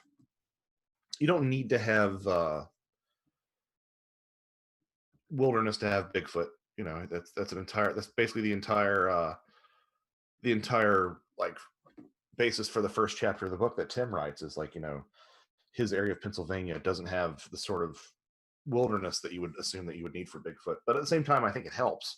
And that area along that 140 is just getting more and more built up every day. Certainly more built up than it was probably 20, 30 years ago. Same goes for me up here. Yeah. But I was actually asking about stories in the book that you found. What were some of the best stories? I haven't read it yet. I got to be honest. So that's fine. I assumed it was a collection of anecdotal stuff. It looks that way in a way. It is. I mean, it's. I mean, there's plenty of stories in there, but sometimes it's talking about like the way that this certain tribe described Bigfoot sounds like the way that some people in Ireland would describe Faeries, for example. It was quite common in the the British Isles, especially Ireland, to never refer to them as the fairies. You'd say the good people, the good folk, the gentry, etc. Because if you actually use that word, you'd be cursed or or you would suffer misfortune. And you find some similar thing amongst some Native American tribes where they don't necessarily refer to them by their name. I'm thinking specifically of the Tlingit Kushtaka, which is, some people probably argue isn't a Bigfoot analog. Technically means like the land otter man, but they would refer to them oftentimes as the ones that live at the point. Because if you'd say that other word, then you'd sort of get you suffer ill luck. So a lot of it's comparative folklore like that. But having said that, you can't a lot of the eyewitness reports are sort of the bread and butter of something like this because they reflect in the ways that those observations reflect folklore. But B, it's just more entertaining if you've got some good stories. The one that really blew my mind was there was brought to my attention is that there's a Bigfoot sighting on Oak Island, which really, yeah, and you don't, Nova Scotia is not really a place where you think about there being Bigfoot sightings, but this was not only a Bigfoot sighting, but it was a weird Bigfoot sighting. There's an association in folklore with buried treasure and fairies, to the extent that it was believed that sometimes if you could capture, leprechauns, there you go. And they're pot of gold at the end of the rainbow. So the big cultural association between those things. And Tim pointed out, which I hadn't really ever put together, but there's kind of a similar vein with a lot of different hauntings and other phenomena, including Bigfoot. Not only you have Bigfoot seen around sites that are also rumored to have buried treasure, but if you sort of extend this interpretation to be a little bit broader, the number of Bigfoot that are seen near the old mine, kind of still has that idea of like profit to be gained from something hidden in the earth. So, and the number of Bigfoot that are sighted around old mining entrances are legion. Which some people would say, oh, that means Bigfoot lives underground. Tim and I tend to say, oh, it's a variation on this archetype of the being buried treasure, something being sort of a guardian. But having said that, there are fewer treasures that remain undiscovered that are more famous probably than the Oak Island treasure. Assuming it is a treasure, but there's something buried there. Just more TV shows buried there. Yeah, right. But there was an individual who was a treasure hunter and had some of his friends die because there was some underground gas that escaped during their process of excavating the treasure chute. And he decided to not treasure hunt anymore, but he was brought on by the next person who had the rights to investigate the treasure. And he was brought on as sort of a night watchman. And it was sort of around midnight one night. He had a fire going in the night watchman's cabin, and he sort of lay down and closed his eyes, and all of a sudden he woke up and he couldn't breathe. And he had something that was covered in tight curly black hair all over its body with these giant red eyes that was looking at him, and it was holding him down, and he couldn't move, so sleep paralysis. And it smiled at him and it said, "Don't ever come back." And the guy was apparently a very well-balanced individual, very sort of no nonsense, and he ended up being just absolutely terrified. Said it was the only thing that ever scared him, and he ended up becoming an alcoholic and committing suicide over the course of the next decade. Sounds like a demon. Well, it sounds like everything is demons right now. Well, but also, I mean, you say that, but over the course of looking into this book, especially in the witches chapter, like it's impossible to sort of separate Bigfoot out from demons because wild men in that archetype were definitely lumped into that sort of demoniacal category. That this was further influenced or further reinforced rather when you look at stuff like satyrs and fauns, which were associated with pagan rites, which sort of got lumped into when Christianity came over and sort of said that pagan rites were demonic. Well, then that means that fauns and satyrs, which again are types of fairies, are sort of demons, and the devil himself. That's why the devil ends up looking like a satyr with horns and cloven hooves. Yep. But fauns and satyrs, it's very much an accepted fact amongst folklorists that they are direct ancestors of the wild man archetype, being these hairy beings that live in the woods. And you read stories of forest devils the world over, and you'll find these stories about them being like just these hairy wild men who are called demons everywhere else, but for that. Do dryads fit into that category too, or are they separate? Sect. with Forest devils.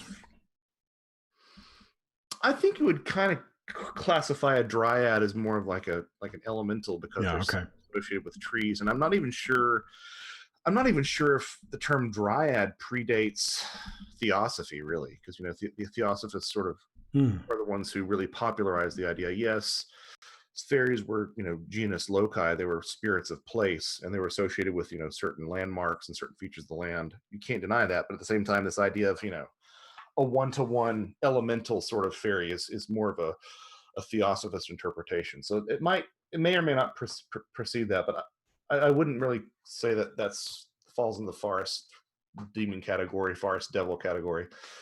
But again, Pan is satyrs and fawns, and Pan, that's where we get the term panic from, which is what we were talking about in the last Bigfoot story. Yeah, true. Are there have there been any Bigfoot sightings or stories with Bigfoot with hoofs? Yes, there's one actually. Series of sightings in Labrador. It's called the Traverse Spine Gorilla. And by all appearances, it looked like what we would call a gorilla or an ape, but it would leave behind these cloven hoof prints. It would look in windows at night, and the children would say that it looked like a large hairy man, and it would scare the dogs away. And they would go out afterwards, and they'd find what looked like big ox feet around the cottage. So that found its way into this one because of that connection with devils and demons and witches and that sort of, well, the Christianized version of all those things. Volume 2 is going to talk about the actual anomalies within footprints, because there are plenty of those, 2-toed footprints, 3-toed footprints, footprints with 11 toes on one foot. Like there's a lot of weird stuff that's out there. But the polydactyl Bigfoot. Polydactyl Bigfoot and syndactyl Bigfoot, and I go into why those are both poor examples for these oddly numbered toes. One thing that I found really interesting is that besides the classic enlarged human foot, the second most common type of Bigfoot footprint that you see are these goofy ass three-toed footprints. There were some in the museum, right? Like the Falk monster, right? Left behind these three-toed footprints. And if you look at that, it kind of looks like a bird foot. Birds technically have 4 toes, but the back toe looks like an elongated heel because it's it's sitting on the back. So if you look at those, they kind of look like giant bird footprints. Like if Big Bird left behind footprints, they look like that. And there is no shortage of lore, both from Native America and Ireland, of apes with like chicken feet. There was in one case in County Limerick, there was a fairy queen who wanted to sort of get rid of people who had moved onto her land, and she would take various guises, and one of them was of a giant ape with chicken's feet. And so it's like, to me, that's like, oh, well, that it's kind of a description of these 3-toed Bigfoot, and the sort of footprints that they leave behind. Not that people have actually seen Bigfoot with chicken feet, but like that's kind of along the same lines of same line of thought.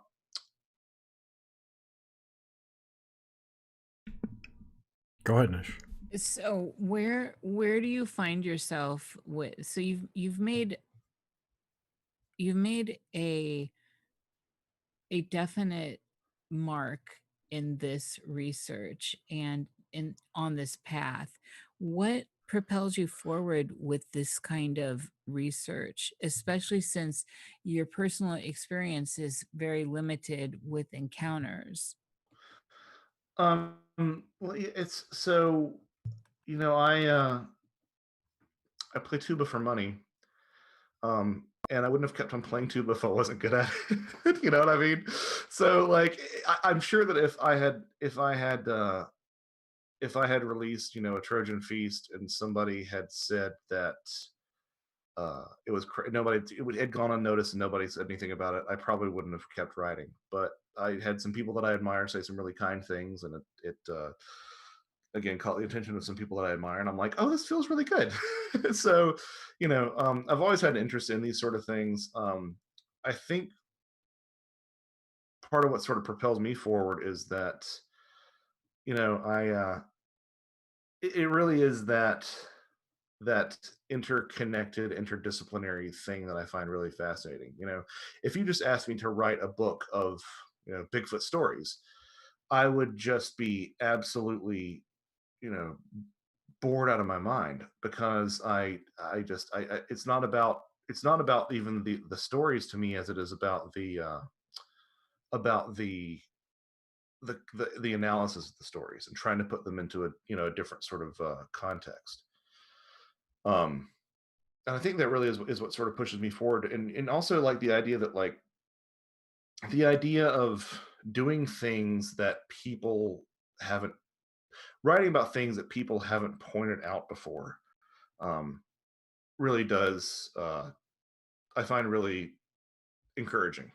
Um, just the idea that I can sort of find these connective things that haven't been discussed or have just been discussed like in a throwaway paragraph. Like the food thing was discussed here in a paragraph and there in a paragraph, and then I was kind of the first person to bring it all together, and like it feels good to do something that that people haven't talked about before. So it really is that. I also, the other thing that drives me is um, is I feel like every time I feel like if there is some sort of greater like crusade or goal to this, it's almost like I'm I'm giving it to materialism a little bit. I'm sort of chipping away at that facade. And I think for me, the most compelling way to do that is to show people that true anomalies do exist. And for me to show people that true anomalies do exist, the best way to do that is to show how they are a universal human condition. And there's something that people who have never met, who aren't into these topics, sometimes from different cultures, sometimes from different eras, can have things that are so oddly specific that they really suggest that there is some sort of objective reality to these things. And I hope none of that sounded pompous or arrogant. It feels good. It feels good to have people say good stuff about you. That's part of the reason I keep going on. Having said that, I'm still super interested in these topics, and always have been and always will be. I was a monster kid growing up, watching all the alien and monster movies, and so the interest has always been there, and it feels good to like kind of contribute to the pile of of research that you keep on seeing. So How that's much do you, and it shows, Josh, it's awesome. thank I you. love your work. And how much do you think the like the collective feeds into the stuff and makes it more than it is, like a tulpa or an egregore type of situation where we see with things like Thin Man and all that? Or even Slender Man or Um, Flannel Man or all the clowns that Yeah, appear. just all well, of them. Yeah. I mean, I don't. So I don't like to stick with like any one, thought process or any one sort of theory. I've often been really bullish on the idea of this sort of pan paranormal theory that it's all this one thing, but one of the things that I learned from Greg Bishop early on is that it's kind of, not only is it boring, but it's also kind of unhealthy to just like find a pet theory and to just sit with it and stick with it. I know some people will look at my work and say he thinks everything is fairies, and that's kind of halfway true. There's always going to be that part of me, but right now I'm kind of on this kick that I'm kind of on this really Jungian collective unconscious kick. The idea that there are these things, these archetypes that absolutely exist in terms of being shared human experiences, things that, again, you can have cultures that would have never had any contact, but you'll still find the trickster, you'll still find, the mother archetype, you'll still find, again, the wild man archetype. And the idea that these somehow become reified, the idea that somehow these things are so powerful of their own accord outside of, mankind, and the idea that they somehow find some sort of tangible existence uh through like the collective unconscious, like sort of welling up together, I think is a completely valid concept. And that fits right along in lines with stuff like tulpas. The idea of one person making a tulpa, I still am kind of not especially um keen on. The amount of tulpa literature, and I'm very open to being corrected on this, but I believe that the amount of actual tulpa literature that you'll find from like a Buddhist source is pretty limited. You've got Alexander David Neal and Walter Evans Wentz, who'd also did Fairy Faith in the Celtic Countries. They both talked about tulpas. I believe, again, this is not necessarily my bailiwick, but like it's not like we have this giant, very prevalent tulpa tradition in the West that tulpa tradition, this body of folklore that is accessible to us in the West. Having said that, there may be some monastery in Nepal where they have like you could sit down with with a practicing monk and they could talk to you for 5 hours about what tulpas are, but it doesn't seem to be especially codified. I do recall, and I wish I had written down who said this, but I do recall that there was somebody, an acquaintance of one of my acquaintances, who told me this story. Who sat down and actually got an audience after a meditation session with a high placed monk out of Tibet, and was sort of like waiting for everybody to leave. And he goes up to me and he's like, "Can I talk to you about something?" And the monk's like, "Yes, please." He's like, "Can you tell me anything about the whole process and tradition of the thought form of the tulpa?" And the monk goes, "What?" And that's sort of where it lay. And obviously that could be a translation issue, but I think it's interesting how much we talk about that from a kind of a handful of English language sources. Now, again, I'm completely willing to be correct on that because I wish that there was more out there, but it's my understanding that there's not a ton. Now, the idea of the egregore, I think I find a little bit more compelling because there is this sort of there's a lot more to sink your teeth into and to dive into. Not necessarily saying that there's because it's a Western idea that it has some sort of supremacy over the tulpa concept. I don't mean that. I just mean that like I find more of a body of work to look into and to read that makes me think that perhaps has it's easier for me to wrap my head around and justify. And I think that egregores are kind of like archetypes in a way in that they can't be denied. I mean, like even though there's not a literal mother archetype, you see it in the hospitality industry all the time. People coming and taking care of you and trying to help you out and making sure that you're comfortable. And do you need anything? Can I give you food? That sort of nurturing aspect. And that's a cross-cultural archetype that manifests itself in things like the funeral home industry, the hospitality industry, all these sort of industries where people are trying to be cared for, therapy and therapists and psychologists. And I think that egregores are kind of like that, taken to another more specific and more tangible level. And I think that I'm surprised that we haven't seen a tulpa of like a coronavirus tulpa of like the coronavirus personified.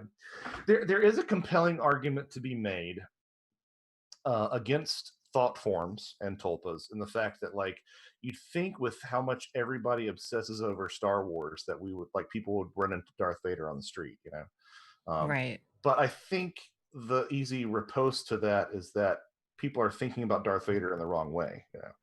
They're not thinking about like manifesting him, and they're not like imbuing Darth Vader with an inner life, the way that, for example, Alan Moore imbued John Constantine with an inner life and actually saw John Constantine. There's this, Jung said specifically regarding the UFO phenomena, he mentioned that, he didn't debunk that in any way, but he made reference to it, that people, when the collective was going through turmoil, they projected outward, and that's when these sightings seemed to be prevalent. And that makes sense in his world and in what he was putting forth. And I'm wondering, have you found that kind of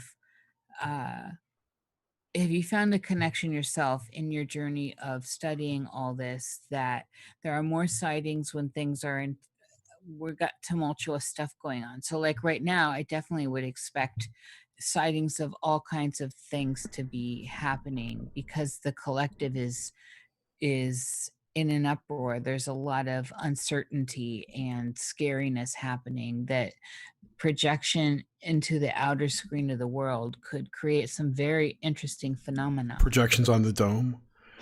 Yeah, the UFO activity has been the great screen. It's been off the hook. Yeah, right? It's been off the hook. Yeah. Yeah. And if I recall, in the lead up to all this, there was a lot of talk about it sort of being a banner couple of years for UFO sightings Yeah, as well. Absolutely. I mean, and that we're sort of touching a little bit on sort of like the Valet, Yep.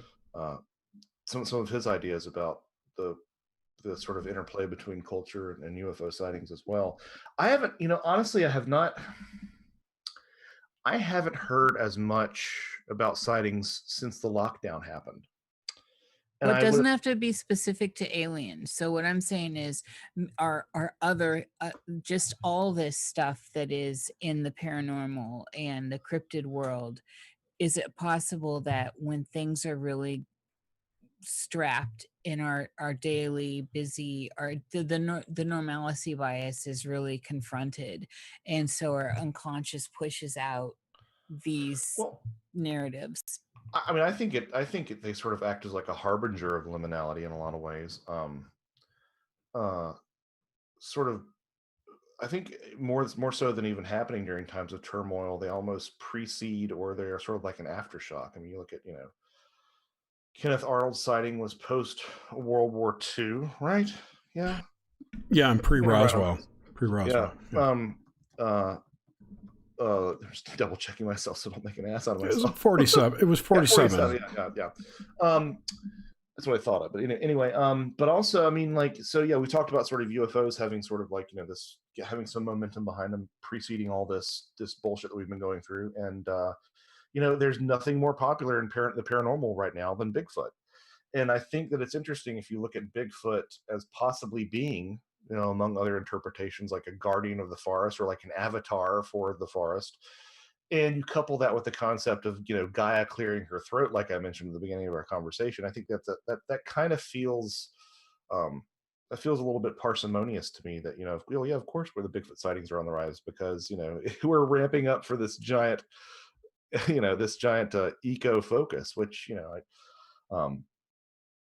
I am not trying to politicize environmentalism or anything. I'm just saying that I think we all agree that we should be good stewards of the planet, and litter less and cut down fewer trees, and the way that there's been so much turmoil, coupled with the fact that we've got basically the wild man, the symbol of man living in nature is so popular right now in the paranormal and just in general. I think that makes a lot of sense. I mean, the number of cars that I see with Bigfoot stickers on the back is pretty staggering. Like, just places I never thought I would see it. Now, does that actually translate to more sightings? I really don't know. I think that people think they're seeing Bigfoot more. I can tell you that. What did you say, Jerry? Have you seen the Bigfoot statue or carving on, where's it, 140? It's across from the castle on 140. Yeah, that's right where I used to live. Yeah. There's that Bigfoot, and there's the castle. Yeah, the dwarf castle. Yeah, that's right. It's just after the dwarf castle, I think. Yeah. It's before for me. Yeah. I want to talk about.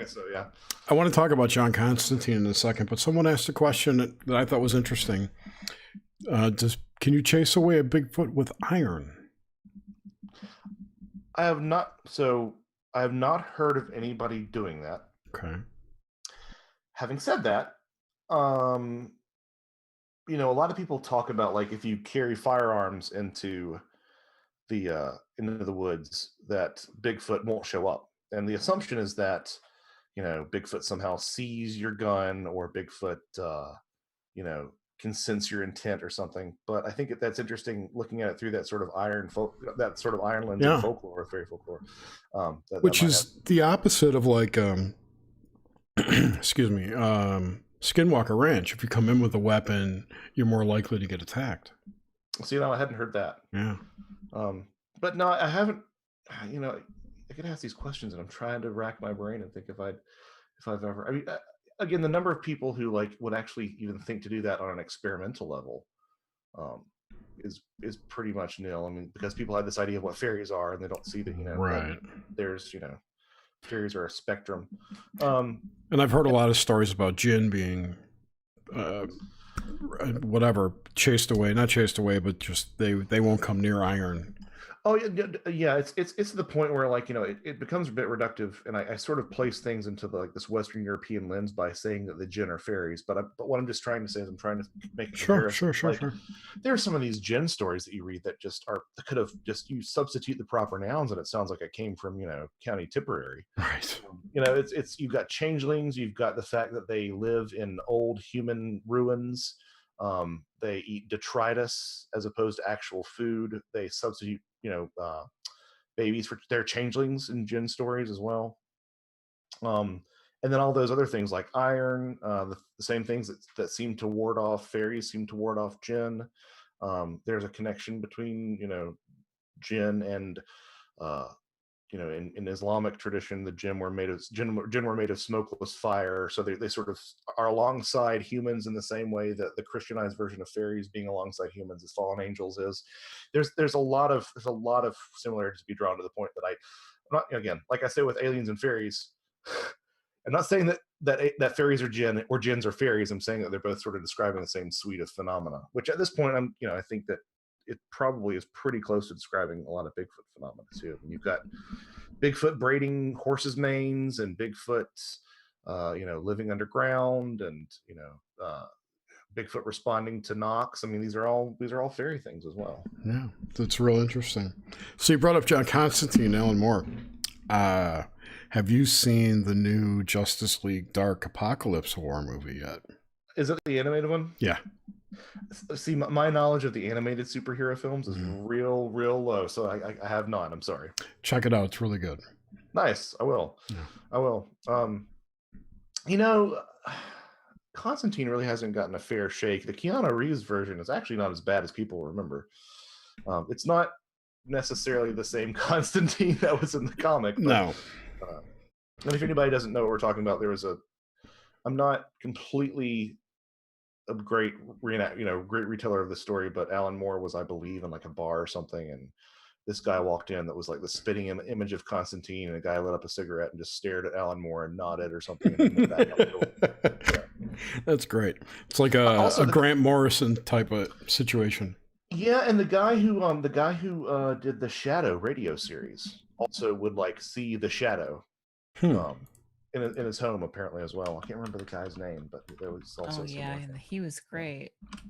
Jerry's. I'm looking it up. Sure. Orson Scott Card. No. The Shadow. The radio show. The old one, yeah. Sorry, my bad. He said he would see like shadows of the Shadow, like with the hat and everything, in his house. Walter Gibson. Yeah, that's it. Yeah. Yeah, Constantine's also a character on DC's Legends of Tomorrow, this last 2 seasons too. Right. It's funny. Marvel TV sucks, and the movies are great, and DC movies are kind of subpar, and they've got the TV stuff on lockdown. Well, this is my 2 cents. I know people are going to disagree, but the Batwoman show is just trash. But I have not seen that. Yeah, you're good lucky. The lead star quit after the first season. Yeah. Do they know why? She hasn't said.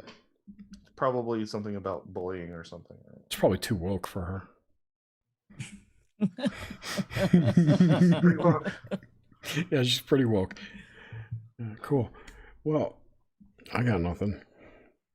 Yeah, this has been fantastic. Yeah, it's been great. I haven't been looking over at the chat, but it's nice to be able to do that now.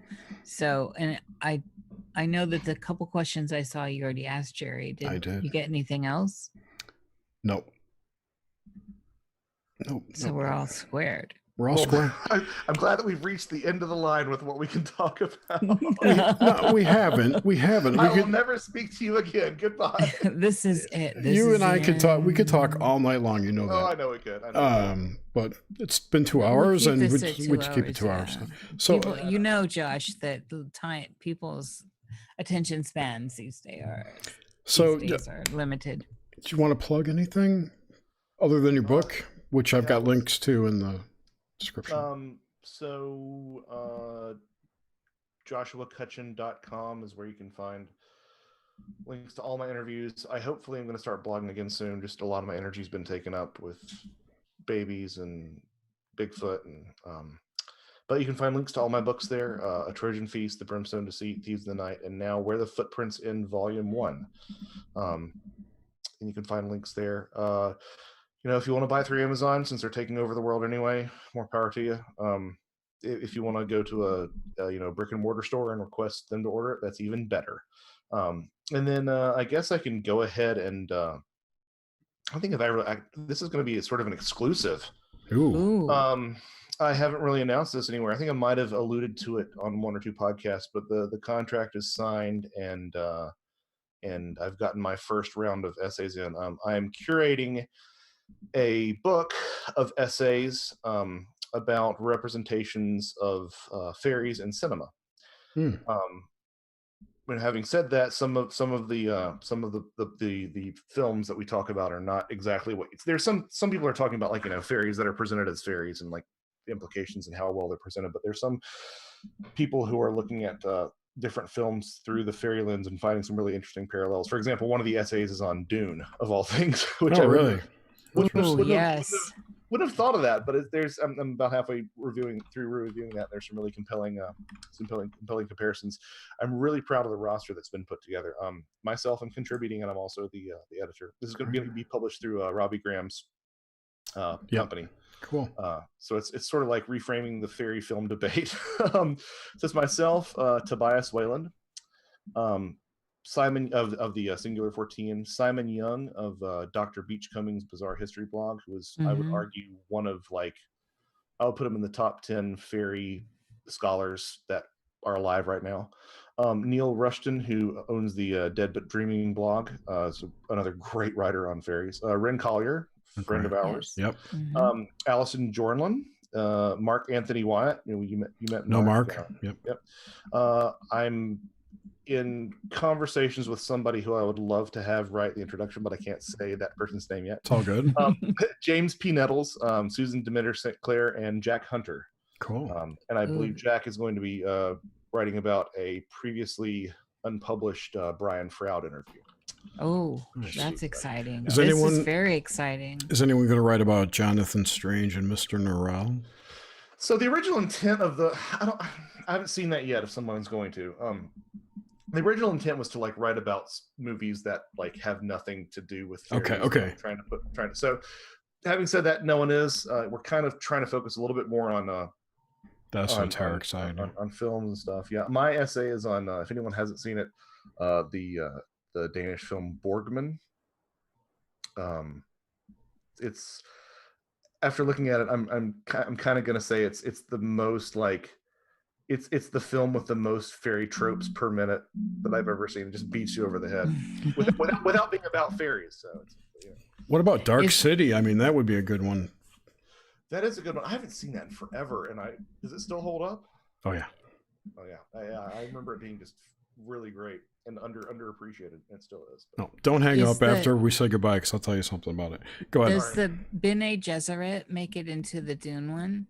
Yes. Okay, good. Because I'm just I feel like those are my people. So I'm sitting there reading the essay, and I'm like, well, we should talk about some of the stuff further on in the series, but no, this is about film. So it's sort of it's addressing the novel and the novel series, but it's primarily focusing on the Lynch film, the depiction there. Yeah. Which, this is very exciting. Yeah, and I'm looking forward to the new ones coming out. Afterwards, I'll tell you the films that are being talked about. Is there a set date is there a planned date at this point for the release? End of the year. Now, of course, that's, I've been speaking on and off with Robbie. That's kind of flexible because, people are having trouble. Well, yeah, just from a morale standpoint, people are having trouble finishing essays. I was in that boat too, and we just don't know how things are going to pan out, but that's the plan, and that's it's actually happening, which is something I don't think I could have said a while back. So yeah. Oh, I can't wait. I'm very excited about this. I love the idea already, and some of these love some of these people as well. So yeah, I'm very happy to have this group of people. Well, this right, has great. been a pleasure. Yes. I you're just amazing always. It's always good to talk to y'all. Yes, it's awesome. Thank you, everyone, for listening. Be sure to tune in next week. We'll be doing Noxamente again with Sarah the Mage as our guest. That should be an interesting show. And then I think we have an Obelisk after that. I forget who's going to be on. Let me look real quick. Is it Holly? Might be. Yeah, Holly Seeliger, Yeah. the Zune Politicon lady. Ex-wife of Jan Irwin, I think. I don't know. But that'll be actually on our other channel. So next week's our last week on this channel. Out of being banned. Yeah, we'll be and then we come out of the dunce. We'll be out of the penalty box. So be sure to tune in, and we love you guys so much. So have a great night, and we'll talk to you next week. Bye-bye. Thank you, everyone.